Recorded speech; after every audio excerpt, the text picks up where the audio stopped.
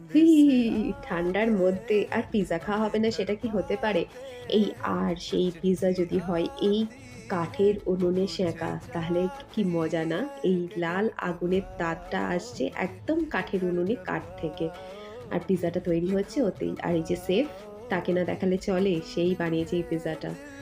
আর এখানে যে তোমরা ingredients গুলো দেখতে পেলে, এই যে সস, এই যে ডো আর এর মধ্যে আছে সবকিছু ingredients লাইক উম ডো গুলো আর সব অলিভ এগুলো সব আছে।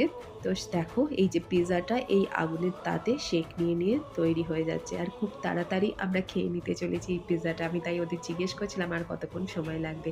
আর এখানে তৈরি হচ্ছে কাবাব, তন্দুরস।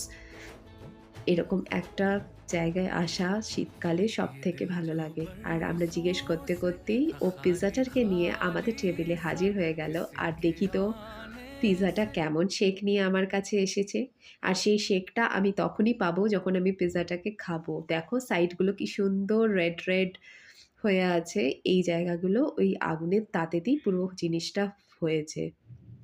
আমি এখন এনজয় করি আমার পিজ্জাটা। আর তোমরা আমাকে জানিও এরকম ঠান্ডার সময় তোমাদের এরকম আগুনে সেঁকা কি খেতে ভালো লাগে? অবশ্যই আমাকে কমেন্টসে জানিও। Thank you. Have a nice day.